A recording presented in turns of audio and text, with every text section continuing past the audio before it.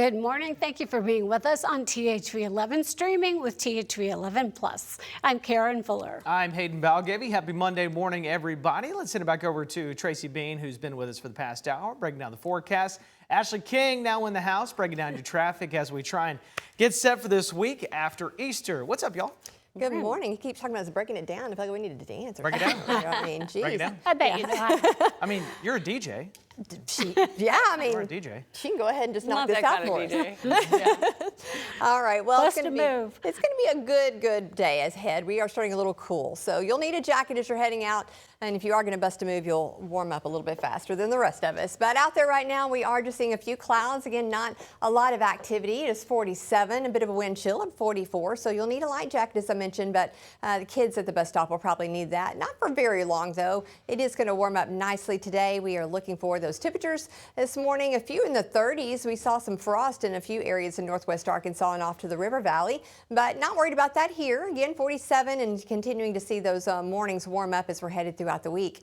Right now, those highs today, we're expecting around 70 and a few of those mid-70s as well. It will continue to just get a little bit warmer and warmer as we're heading through the weekend until we top out into the low 80s. So not bad of a week ahead, especially as we're kicking off this new week. Those rain chances do start to pop back in as we're heading late Thursday into Friday. Not too concerned about Saturday. I think most of this will be in the northwest Arkansas area. So it's still a bit far out. We'll know more in the next couple of days and be able to pinpoint that with you. But overall, not too bad of a day. We're going to continue to see those temperatures warming up. 70 is what our average is. So that, of course, is going to continue to warm up. So we're going to be above that again as we're heading into your Wednesday or so. But those morning lows, they're going to start to be into the 50s and even the 60s by the end of the week. So not too bad. Again, Ashley, hopefully those roads will stay nice and quiet. They have been all morning long for you.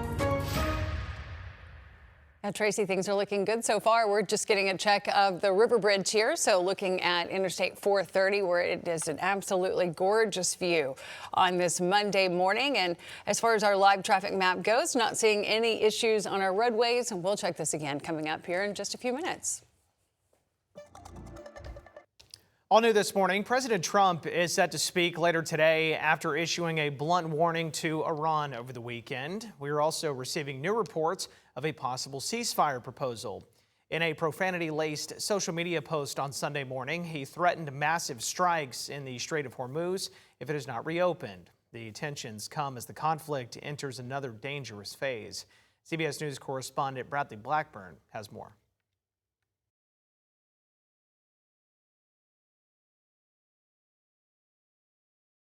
There are reports the U.S. and Iran have received a proposal calling for a temporary ceasefire and the reopening of the Strait of Hormuz. The draft proposal was put together by negotiators from Egypt, Pakistan, and Turkey. It comes one day after President Trump threatened to strike power plants and bridges if Iran does not reopen the Strait of Hormuz in a profanity-laced social media post. Iranian officials say they'll fight back. Iran's reaction would be one of reciprocating any such attack. Iran's Revolutionary Guard says a senior intelligence leader was also killed in an attack. Missiles continue to fly in the Middle East this morning as the U.S. and Israel's conflict with Iran stretches into week 6. On Sunday, the Trump administration announced that a missing American airman was rescued 2 days after his fighter jet was shot down over Iran. President Trump declared it an Easter miracle. Senior administration officials say special forces recovered the wounded airman from the mountains, where he was hidden as Iranians also searched for him. You know, they put out a broad appeal to their people to turn him in, reward, asking for all kinds of leads.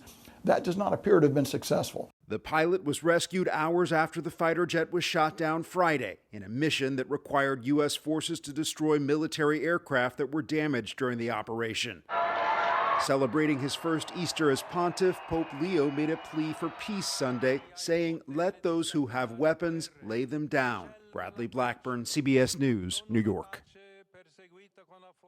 And back to that ceasefire proposal, there are reports that a senior Iranian official says it will not reopen the Strait of Hormuz in exchange for a, quote, temporary ceasefire.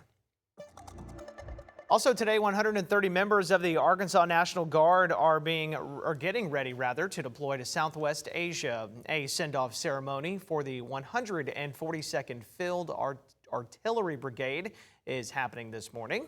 The unit will be supporting Operation Spartan Shield and Inherent Resolve, focusing on security and the fight against ISIS.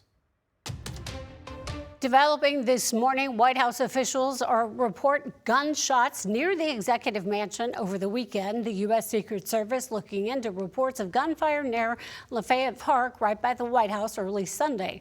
So far, no suspects or injuries are reported. A Secret Service official says the north lawn of the White House had been temporarily closed off to the press and staff. The area will reopen once the investigation is finished. Another Secret Service official shared that investigators are also trying to track down a possible car that may have taken off from the scene. Arkansas lawmakers head back to the Capitol Wednesday for the state's fiscal session. More than 130 bills are already on the table, all centered on setting the state's budget. Debates are expected over public education, school vouchers, and Medicaid, as Governor Sanders proposes a $6.8 billion spending plan, and lawmakers are eyeing some possible income tax cuts later this spring. The Conway Fire Department is reporting an early morning fire at Conway Regional Medical Center on Sunday. The incident happened around 6 and involved a cooling tower on the lower level near the emergency department. No patients, visitors, or staff were hurt, but to protect everyone inside, crews evacuated the emergency department and placed it on temporary diversion, while hospital services were consolidated to other areas not impacted by the fire.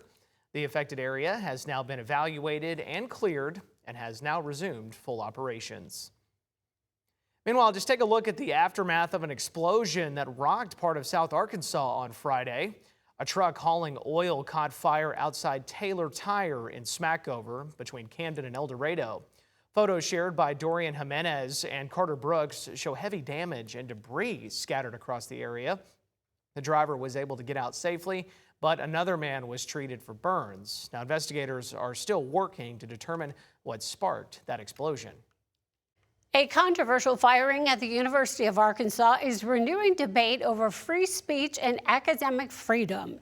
The university terminated Professor Dr. Sharon Saidi over social media posts she made last year referencing Israel, Gaza, and Iran. Administrators claim those posts included violent and discriminatory language. Dr. Saidi is now appealing the decision, which overruled the faculty committee's recommendation in her favor. Her attorney argues the dismissal has less to do with policy and more to do with politics. I see it as the university is just bowing to the political pressure of the Republican Party and off-campus political activists here in Arkansas. From my perspective, a jury is going to see the facts very similarly to the way that the faculty committee saw the facts. I think that the administration of the University of Arkansas is ignoring that to their peril. University President Jay Silveria made the final call, citing concerns the school could risk losing state funding if its response to anti-Semitism is viewed as insufficient under Arkansas law.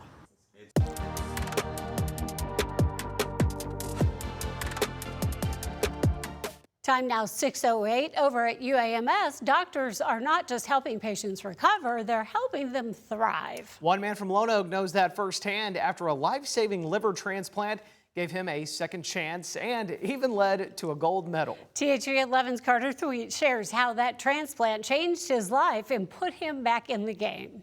Probably about now 8-9 years ago, when we met him, he was actually very sick. That's what Mauricio Garcia, Gastroenterology and Hepatology Division Director at UAMS, remembers about meeting Jan Freeby of Lone Oak, or as Freeby remembers it, I was quite swollen, didn't know what was going on. Fluid buildup from a condition called refractory ascites made it difficult for Freeby to go about his daily life. When you can't get in and out of your car underneath the steering wheel, then you'll understand what I'm talking about. Freeby came to UAMS for the first time in 2015, beginning a long process. It came probably the most difficult time, which is once you are listed for liver transplant, is that waiting time until you get called for liver transplant. Freeby describes that time as making sure he was in proper shape for a transplant, with a lot of bumps in the road. But finally, 2 years after his first visit, I had 2 other cause, I guess you'd say, for a liver, which they didn't work out. It was either me or the liver wasn't good.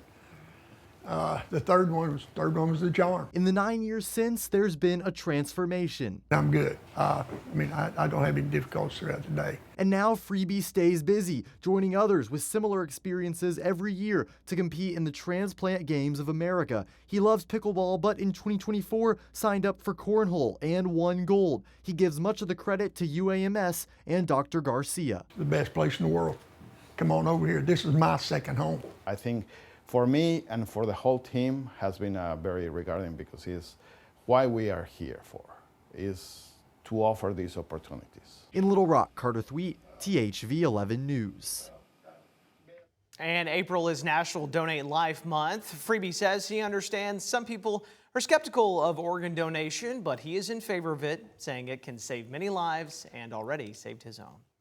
And now let's check in with Tracy and find out what's happening in our weather today. Well, it's going to be beautiful. We had a beautiful Sunday, Easter Sunday, and that will continue to start off your work week. And with a lot of motivation again with the sunshine out there. It's a tad bit chilly though. Grab that jacket. Long sleeve shirt as you're heading out the door, but it will warm up into the lower 70s here in central Arkansas. That northerly breeze will be around 9 to 10 miles an hour. Looking for your Tuesday planner, we're continuing to see more sunshine and we'll start to get warmer and warmer throughout the week. We are looking tomorrow for that high in the mid 70s, so the winds will pick up just a little bit and maybe a bit more cloud cover as we're heading into the afternoon. We'll start to see those 80s popping back into our area by Thursday, and then this weekend looking pretty good. There's a slight chance for rain on Friday. Ashley, how's that traffic doing this morning? Tracy, we're looking at light traffic right now. I think maybe people are taking off on this Monday after Easter, at least getting a slow start. We're not seeing a lot of issues on our roads, really no issues and no slowdowns right now. We're getting a look at Interstate 630. This is at the Baptist Hospital exit. As you can see, traffic's still very light right now. Sun is starting to come up. People are getting their day started. And with our live traffic map, we're seeing something pop up here. I'm not really sure what that is, but let me zoom in here very quickly. We can click on this and see what's happening. So it says a closure on ramp is partially blocked at Crystal Hill, I-430 southbound. So yeah, this is something that we'll look into because that could definitely cause a delay on your morning drive this morning. So we'll get more details about that and check and see what else is going on around central Arkansas coming up here in just a few minutes.